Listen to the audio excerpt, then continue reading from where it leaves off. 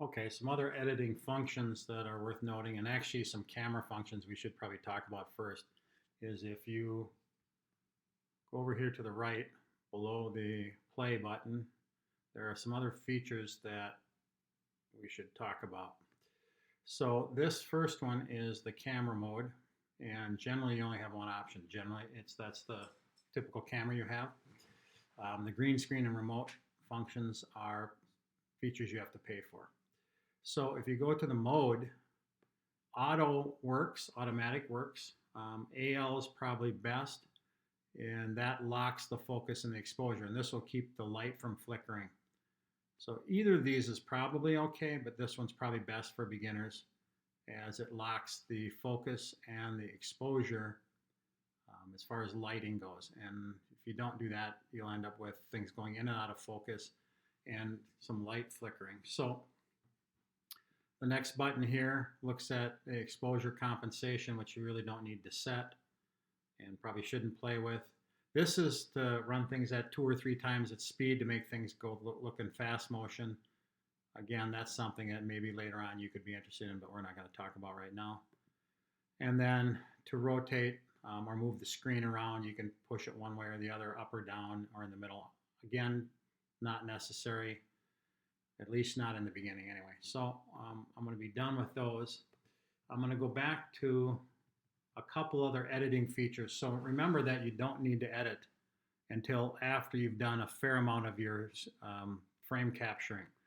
So voiceover, if I wanted to talk over it, I could capture that with audio, which is here. We talked a little bit about audio before.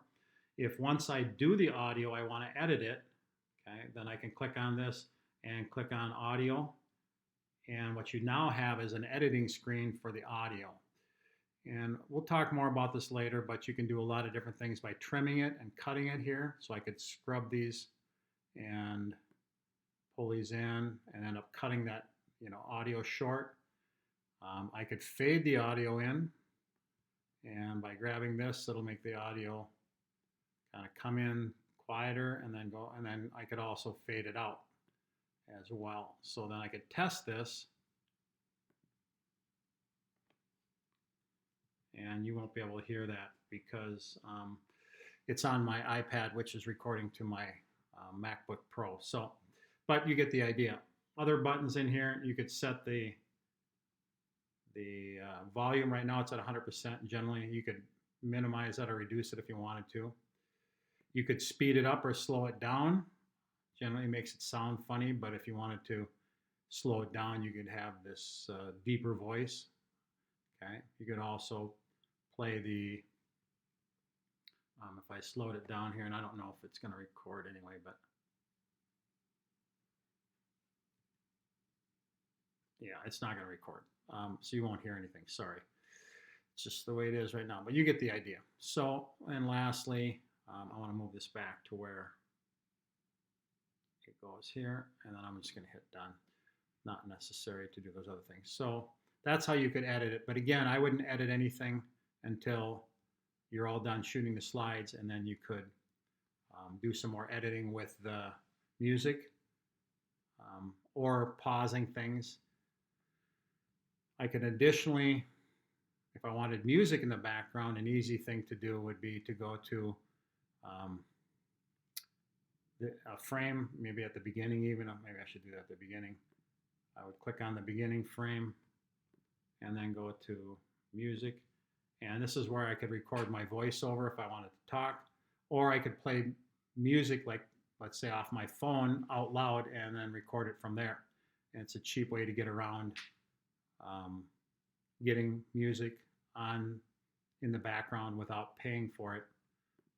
As I mentioned, if you go to the sound effects, the audio, if I click, actually if I go back here and click on the first frame and I wanted to add audio to that, as I mentioned, you could click on here and you get this feature that costs money. So there's a couple different ways to get around that. We'll talk more about that when we go to editing and then exporting the video so you can turn it in. So I'm going to play this one last time so you can kind of see where we're at with things. And it pauses there. And mine has music in the background. You can't hear it. It would create an echo in this video, so I stopped doing that. But I can go back over to here. This button takes me back to where all my projects exist.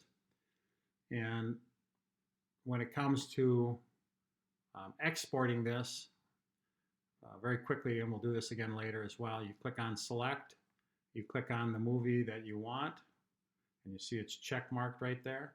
And then I can go up to the share function and export the movie, okay, in any number of ways. I would just hit export movie and it would work. So I'll come back to that later, but that's just another feature that shows how we're going to export and turn in our video. So with that, you'll begin by clicking on new movie, and you could watch the one they sent you, but or play around with it, use it as an example. But you're going to begin by clicking new movie, and you'll get started that way.